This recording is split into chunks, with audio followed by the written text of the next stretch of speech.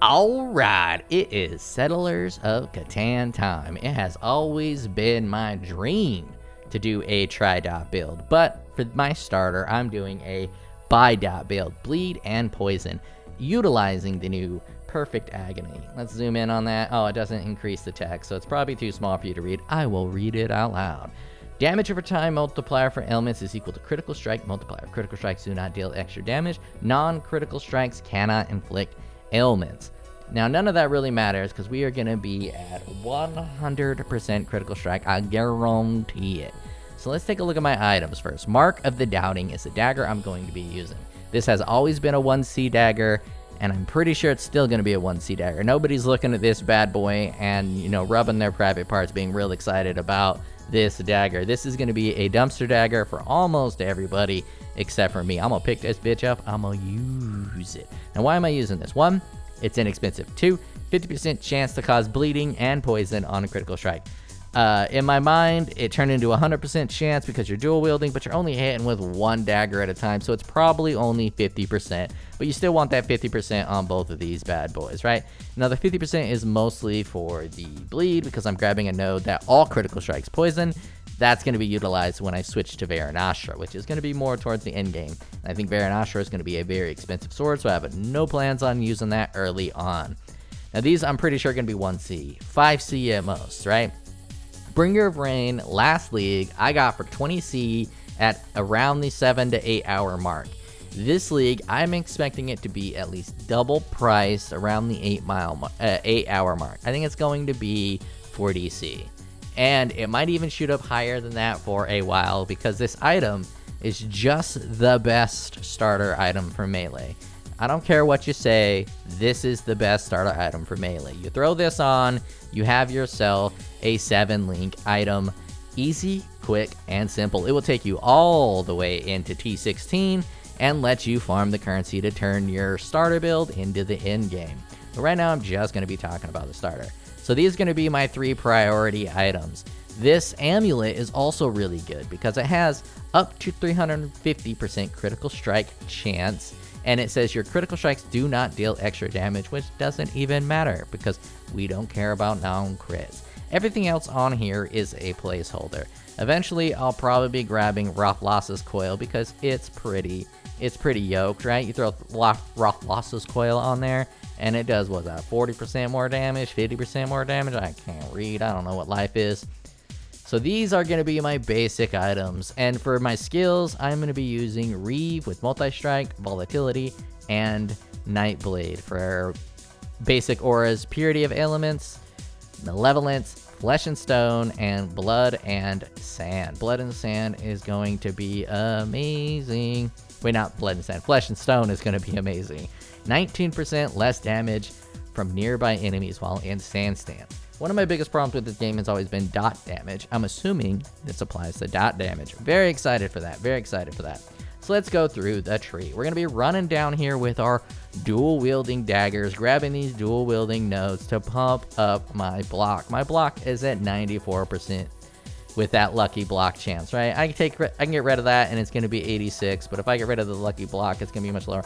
So I'm just going to keep it, right? I'm just going to keep it. Eventually, I might be able to remove these nodes and focus on block elsewhere. Now, a lot of people say I should probably run over to here, but the amount of nodes it takes to run all the way over there is about as many as it takes to get spell sus. And I'm at 100% spell suppression, largely because I just put this on as a placeholder and forgot that it gave 25% chance to spell suppress. But I will be able to just grab lucky spell suppress, and it will be lucky, and it will be close to 100. Good enough to get me to T16 to farm out the rest of my gear. Now let's take a look at some of the shit I'm gonna be grabbing. This bad boy, the plus 30 critical strike multiplier against bleeding enemies, and the 80% critical strike chance against bleeding enemies is gonna be a huge buff for poison and bleed. That's 30 multiplier and 80 crit chance for both poison and bleed. This dual wielding node here is mostly for the critical strike chance, but there is 20 dot on here. And then the nice 100% increased attack critical strike chance while dual wielding. This all might be overkill, and I might be able to refund a bunch of this. And maybe even be able to refund this whole little loop over here, right? instead of going over this way like this, I can actually go straight down over and then grab the block node instead of all this jazz if I really wanted to, and it turns out I don't need that extra crit. Or I get the body armor, which might be my plan. That one body armor, I always forget what it's called, that does +2 to all skills, and you get one of these bad boys allocated. Now, versatile combat is probably not going to be that expensive because most people who want to be using this are already a gladiator, right? And it's not that many points to head down over to here as a gladiator. 1, 2, 3, 4, 5, 6. Is 6 points worth near cap spell block? Yeah, it probably is. But I am a douche, and I'm going to do things my own way. Alright, we covered that. Spell suppression. We're going to be getting spell suppression here. Now, ideally, I'm going to be also adding dex onto some of my items, just to pump that up if I need to. Swing around, and let's take a look at some of this tech. Adder's Touch. Critical strikes with daggers poison enemy, right? That is where you see this poison damage go up. If we look at my poison damage, it goes from 250,000 to 1200,000. That was hard to talk because I was like trying not to throw up in my mouth at the exact same time. All right.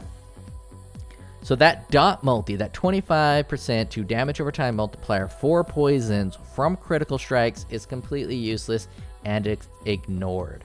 I'm mostly grabbing this because this is the only node I need to grab to be able to poison every time I hit. It's really nice, but it's mostly for when I upgrade to Veranastra later in the league. That's going to be my in-game items. It's going to be a double Veranastra build, and I'm going to be able to path a lot differently. And I think I'm going to come over here, grab this axe node, grab these sword nodes, grab versatile combat, and just kind of swing on over. Grab these sword crits. Don't go into any of this area. Don't go over here. Come back over here. Grab these. Grab these. It's going to be juicy with the Veranastra, but I think that sword is going to be so expensive. I'm talking divines early on. I think it's going to be multiple divines early on, so I have no plans on using that. But with this setup right here, with the pre-buffed swords, I am already at 800,000 damage. Now, you guys are probably saying 800,000 ain't shit. 800,000, you know, that's nothing. But for me, if I can get to 1,000,000 damage, I can do T16s easy. I don't know why everyone else has a problem doing T16 at 1,000,000 DPS, but for me, 1,000,000 DPS, T16, super easy. And I like to get to T16. That's where I consider my starters. My starters get me to T16 so I can farm up all the other items. Once I'm at T16, I can farm up the items, I can clear out the Atlas, and by the time I'm done clearing out the Atlas, farming up some currency, I can then switch to some of my better items, which are going to pump up this damage. Now, this isn't going to be a great build because I'm a dumbass and I'm doing a bleed and poison hybrid, right? But if we go into this configuration section, and we drop out the enemy is moving, my bleed and my poison, oh, I didn't drop out, I dropped off the enemy is bleeding. My bleed and poison are actually somewhat close, especially if you drop out the elusive, right? 140,000 and 120,000. So the split is actually working pretty well. When you go to elusive, it adds a ton to poison. But then when you make the enemy moving, which I'm assuming is how that is, it then pumps up the bleed. So if we go to the tree again, I'm pretty sure that the aggravation sets it to enemy is moving, and then I put that in the configuration, and that's my damage. Now, eventually, I'll be getting a Rothlossus Coil, which is a ton of damage. Rothlossus Coil pumps that up, and I don't have any flask, I don't have any jewels. So you'll see this is the bare minimum that I'm going to be doing. The absolute bare minimum is 800,000, and I know I can do 800,000. Easy. I can easily do 800,000, right? And if we wanted to just, like, cut out this node here, you know, 659,000, I could do that with my freaking eyes closed.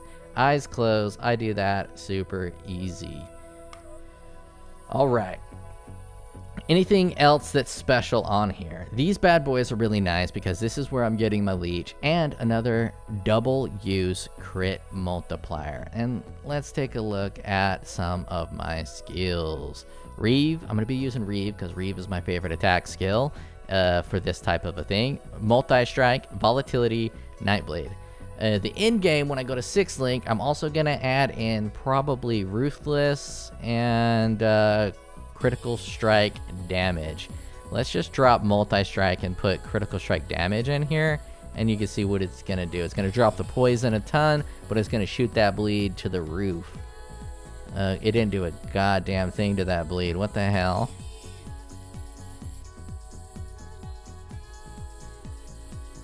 Oh, I just did Awaken Multi-Strike.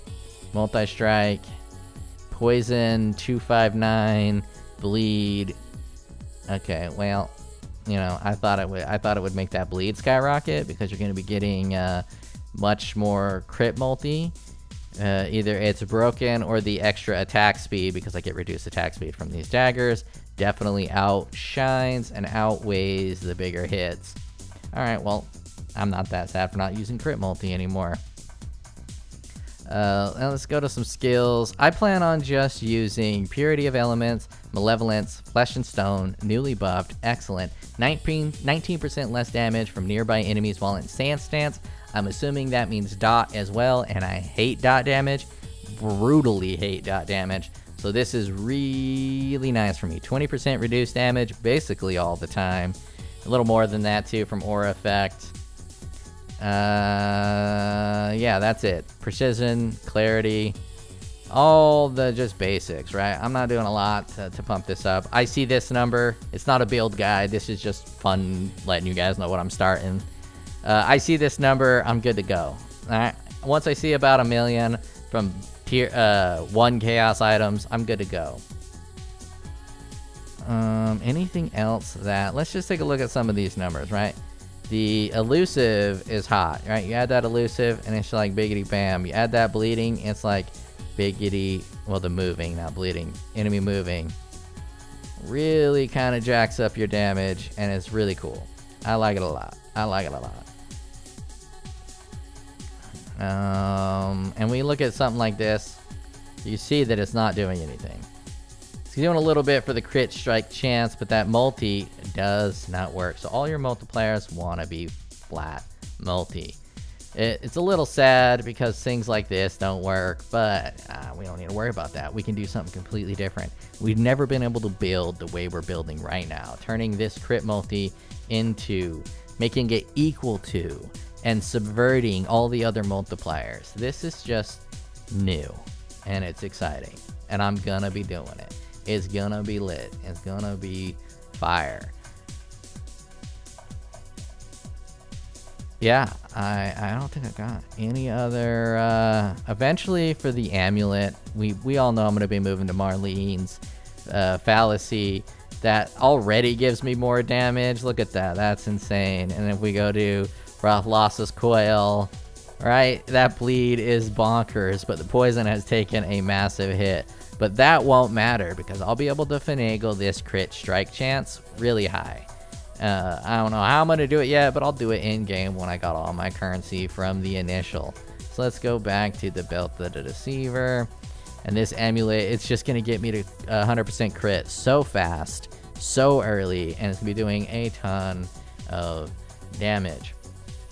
My defenses do not look good, right? I only have like 3,000 life. But all of this stuff is placeholders. I'm going to be filling this in with different stuff, with life and with resistances. Not that I need too many more resistances, but I do need some chaos res. And, you know, I probably won't be using the hemophilia blood gloves, but I can if I want some pops. But these might be pretty pricey too early on. And a lot of these items can drop while you're leveling. So if I get any really good drops, I'll use that as well. So that is my starter plans for Settlers of Catan. I am very excited for the League mechanic. I have no clue what it's going to be, but growing up, I grew up on Warcraft 1, Warcraft 2, Age of Empires, and I moved into that fucking lame-ass, dorky shit Civilization games. And I play a bunch of nerdy other games that are like base builder type stuff. None of the mobile ones or anything like that. But building up a base and, you know, getting resources from that base can be very enjoyable if done right. And it kind of seems like they're going to be doing it right. I feel like this is a Necropolis Apology League, and I hope their apology hits right. I will talk to you guys later. Go ahead and shit on my starter, or give me advice on my starter if you have any tech that I'm missing. I'm not really a dot guy. I don't do too much dot. I've done some bleed, but usually when I do builds like this, I try to hybridize it the most I can, which bastardizes it, which makes it worse. If I went full poison, it would be stronger. If I went full bleed, it would be stronger. And if I went full dot, it would be stronger. But for some reason, I feel bad not pumping everything up. Everything's got to be pumped. You just got to get your pump. And I'll have much less pump if I go just poison or just bleed. But more importantly, much less excitement. Much less jazz. Much less jazz. Now, there's a variation I was contemplating as a chieftain, just because the chieftain is such a good starter class. It's crazy. But grabbing these two nodes here and this, bleeding enemies cannot inflict bleeding, ignite enemies cannot inflict ignite. So then you only have to deal with frozen and shock, which will be pretty easy to handle those two alone. And the cool thing about this is it's 25% increased duration. That is a lot of duration. And there's a dagger out there that I've never been able to use. Unique rune dagger. List of all unique rune daggers. This guy right here.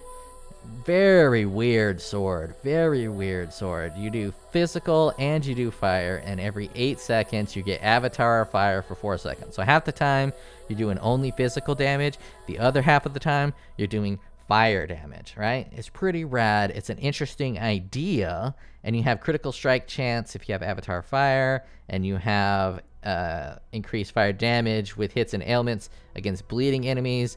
So you're going to be bleeding the enemy, and then you get avatar of fire. But the only reason I haven't really committed myself to doing that, one, as a starter, or two, at all, the avatar of fire says deal no non-fire damage, and I just don't know if you hit an enemy and that enemy's bleeding. Let's say you can get your bleed duration up to 10 seconds, right? And this switches every 4 seconds, so you really only need bleed duration to 4 seconds. But let's say you get that bitch to 10 seconds, and then avatar of fire kicks on. Do the bleed procs that are already on the enemies just vanish, or do they stick? I'm assuming they stick, and if the bleed stick and the ignite stick, that's going to be excellent, because then you can just do bleed, ignite, and then you grab these pair of gloves. Unique gloves, POE.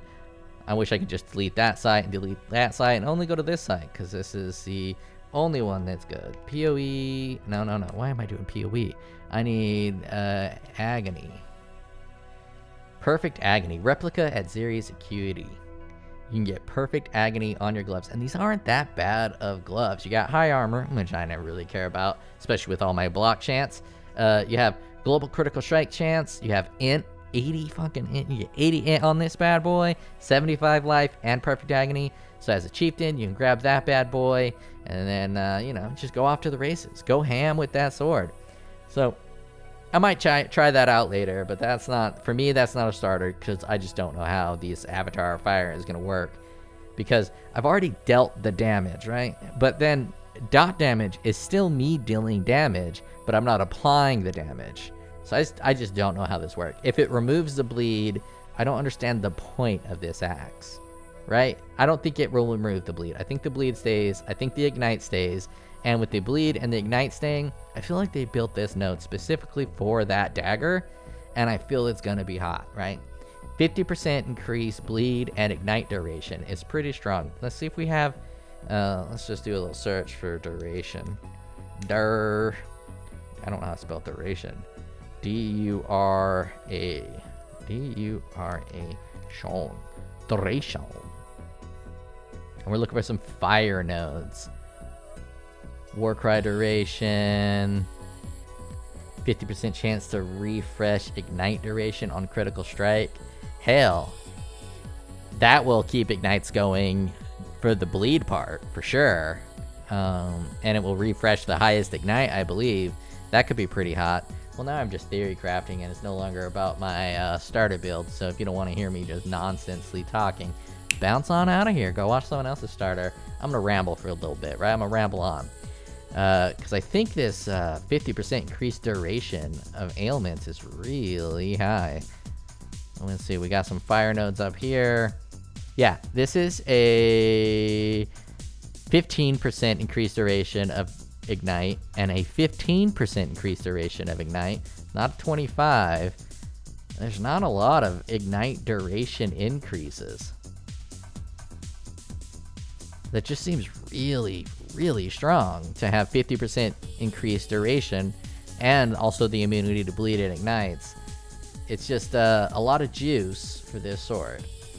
Man, see, the more I look at shit, the more my mind is like, hey, that's not your starter build. What about this? Hey, what about Impale? Impale's looking hot. You shouldn't start Impale.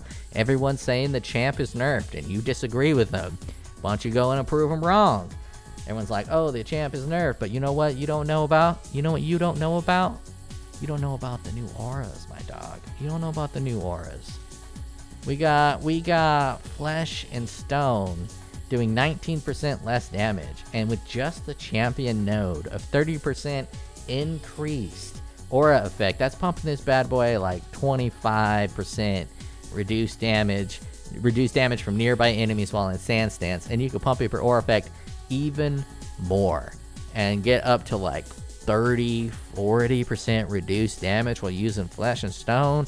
Pair that with some endurance charges, and the Flesh and Stone is going to apply to dot. At least the way it's worded, it's going to apply to dot. And I hate dot damage. Getting like 30-40% reduced dot damage, oh, that's just juice. That is just juice. And then the rework of all the skills is going to be a big old fat increased fizz damage, and not really taking too much into account the added physical damage to the skills. So now added damage is even more powerful.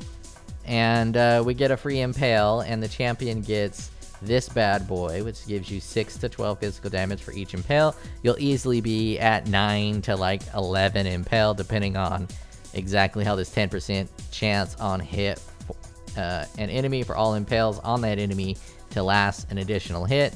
If they have 9 Impales, you have a 1 in 10 chance to gain 9 more Impales. So it's super weird. I'm not exactly sure how that's going to work. I don't think it implies 9 more Impales, but if you have 9 Impales and you hit this, each Impale is going to last another Impale, so it's going to pump you up to 10. And if you get lucky and you hit it twice, you'll go up to 11, if I'm understanding this right. So it's if at 9 Impales, it's pretty much like you're at like 10 or 11 Impales.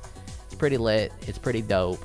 And I wonder if Lucky Hit will take into consideration the Impale damage. If Lucky Hit takes in consideration of the Impale damage, and you have something to give you Lucky Hit, then you have a 20% chance on hitting an enemy for all Impales on the enemy to last an additional hit. Theoretical 20. Because that's how Lucky Hit works. Two hits got calculated, and whichever hit is higher is the one it picks. And I'm not sure if it's taken into consideration Impale. So if you have 2 hits hit, one of them triggers this 10%, the other does not, it should select the one that triggers the 10%, making that a 20%. Anyways, there's a few things I want to try out in here as I'm playing it. This guy right here. Inherent bonuses from dual wielding are doubled. Now there's another thing in here that doubles the bonuses from dual wielding, and I think doubles the attack speed from dual wielding. I think it's on the claw nodes, or let's see, inherent attack speed bonus from dual wielding is doubled while wielding 2 claws. Let's get that a shot. If it doesn't stack and it doesn't work, it shouldn't do anything to my full DPS, and it doesn't. So it's not a double dipping effect. But we don't know if it is a double dipping effect until we actually get in the game, because POB is often not really that accurate. Not really that accurate. So maybe we can get some double dipping shenanigans, right? Double dipping shenanigans. Now this note here, I am not positive on it. Someone in my comment section was saying that this is basically just a 10% damage multiplier.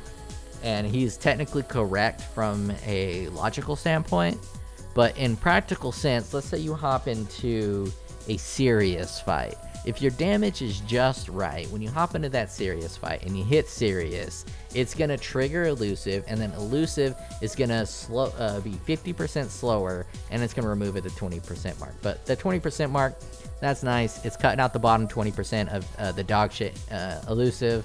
But that 50% slower is what's actually interesting to me, because elusive loses its value at 20% per second. So if you're at 100, it's going to drop that 100 to 80. And then I think it's going to take that 80 and drop another 20% from that 80, which is going to be, a little above 60. And it's going to have diminishing returns as it drops. But it says elusives on you reduces its effect 50% slower. So that means that instead of dropping 20% elusive every second, it should drop 10% elusive every second. And what that's going to do is, instead of going from 100 to 80, you're going to go from 100 to 90, and then it's going to apply that 10% on the 90 instead of applying the 10% on the 80, which it would have done for the 20%. So this is actually, if it does it that way, if it works that way, where the elusive is eroding by 10% every second instead of 20% every second, it's going to be like the reverse effect of compounding interest, right? Because your base elusive is what's getting that 10% reduction from, and it'll just slow down a lot faster than a lot more than 50%. And on a boss like Sirius, when you pop in and you hit Sirius with that first attack and you go ham on him, you're going to stay at that top in elusive much higher, so you're gonna get that close to 100% and above 50% elusive range. Hopefully by the time he's ready to phase and your elusive drops up again, and then he rephases and you apply that elusive, but you're gonna have to be pretty high on the damage scale for that. So I might pop onto this for an in-game item. I have to test it out, but in my head, practically this is gonna work pretty well for bossing. Logically, it's just 10% more damage, which isn't that great. But practically, I think it's going to be great for bossing or for burst damage. When you don't have elusive, then you pop in there and you get elusive. Hell, if you really wanted to, you can I don't know if there's a way to drop elusive anymore. I don't think there is, but I was saying maybe remove something just before the boss, a way to drop your elusive, but just for the boss. But I don't think that exists anymore. They used to with the Withering Step, which I'm not even going to be using, right? Let's take a look at this Wither. Configuration, Wither. Oh, I don't even have a chance to get Wither, so it's not gonna... So let's just change that real quick. We'll just go here, and I think this has a Wither node. 5% chance when you inflict Wither to inflict up to 15, but I have no chance to inflict Wither. So I'm just going to toss in Withering support real quick, just so it gives me the Withering option. Withering Touch. And then let's go to configuration. Now there should be some Withers. Some Wither. Wither. I don't even know where Wither is. Where is Wither? Wither.